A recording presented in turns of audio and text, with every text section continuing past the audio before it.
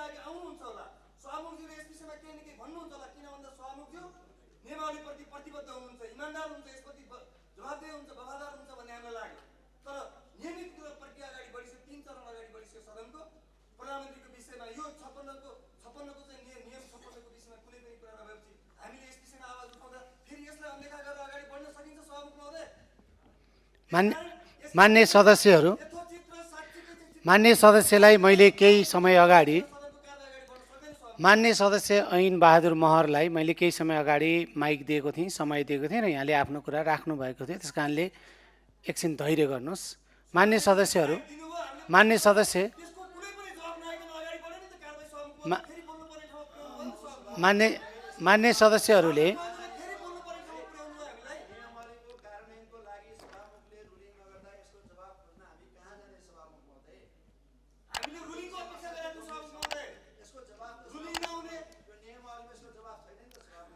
सदस्यहरूले आजको कार्यसूची यहाँहरूलाई जानकारी नै छ। मान्य सदस्यहरूलाई आजको हाम्रो कार्यसूची सभाको कार्यसूची यहाँहरूलाई जानकारी नै छ। हामीले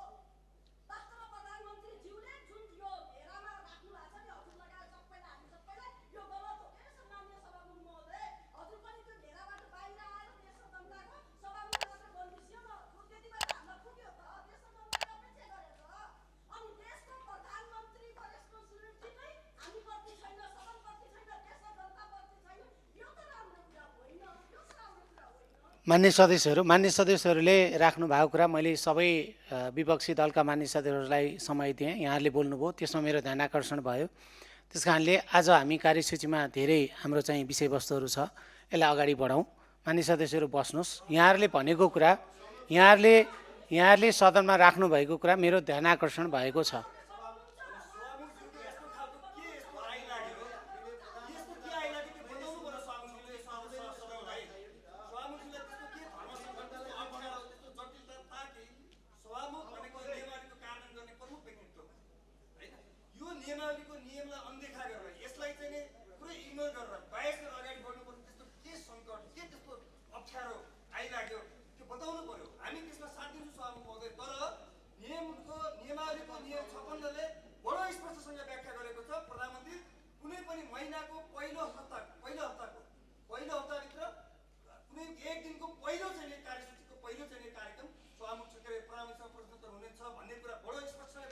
मान्य सदस्य मान्य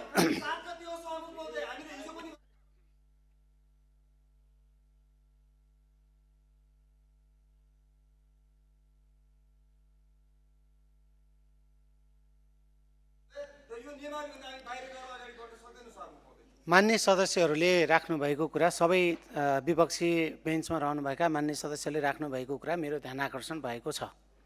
त्यसकारणले आज हाम्रो कार्यसूचीमा धेरै कार्यक्रमहरू छ, यहाँहरूलाई जानकारी नै छ।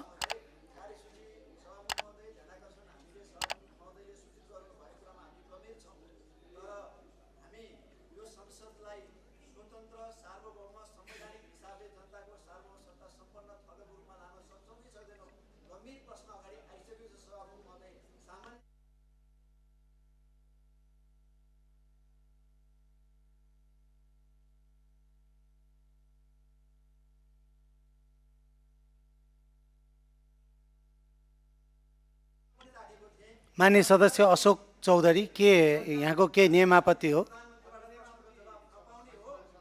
नियमावलीको कुन नियम?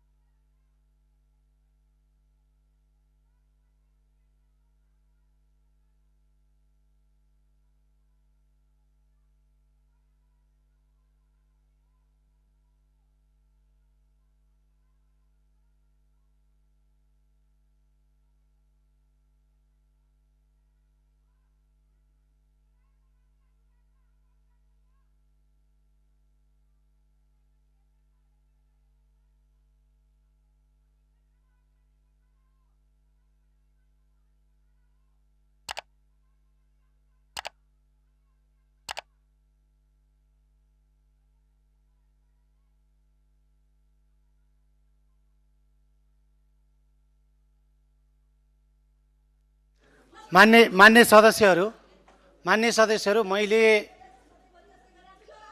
मैले सभामा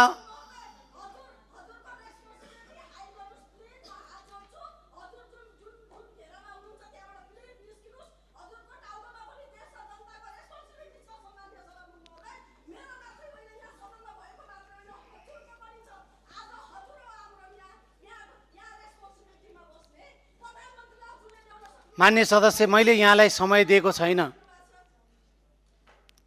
मान्य सदस्यहरू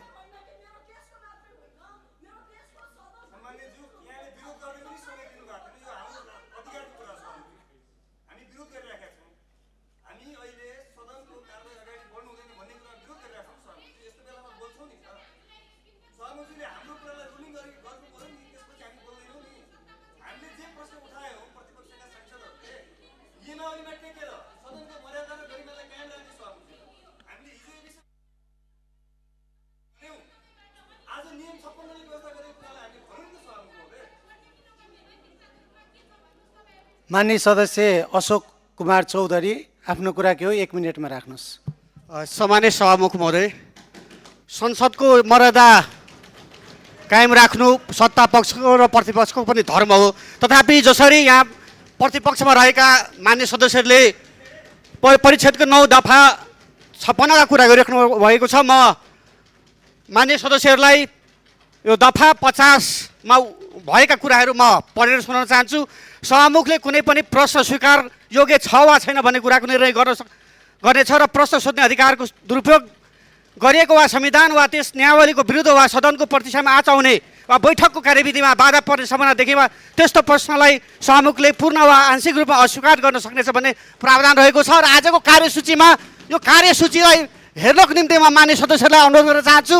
सम्माननीय प्रधानमन्त्रीज्यूले कानुन न्याय तथा संसदीय मामिला मन्त्रीज्यूलाई जिम्मेवार तोकेर पठाइसकेको छ र यो हाम्रो कार्यसूची अनुसार यहाँ सभामुखको यो प्रश्न स्वीकार योग्य छ वा छैन भन्ने कुराको निर्णय गर्ने अधिकार यसको दफा 4 पनि 50 को 4 पनि उसले गरेको छ। यो कुराहरू म हेर्नको निम्ति म मान्य सदस्यहरूलाई अनुरोध गर्न चाहन्छु। धन्यवाद।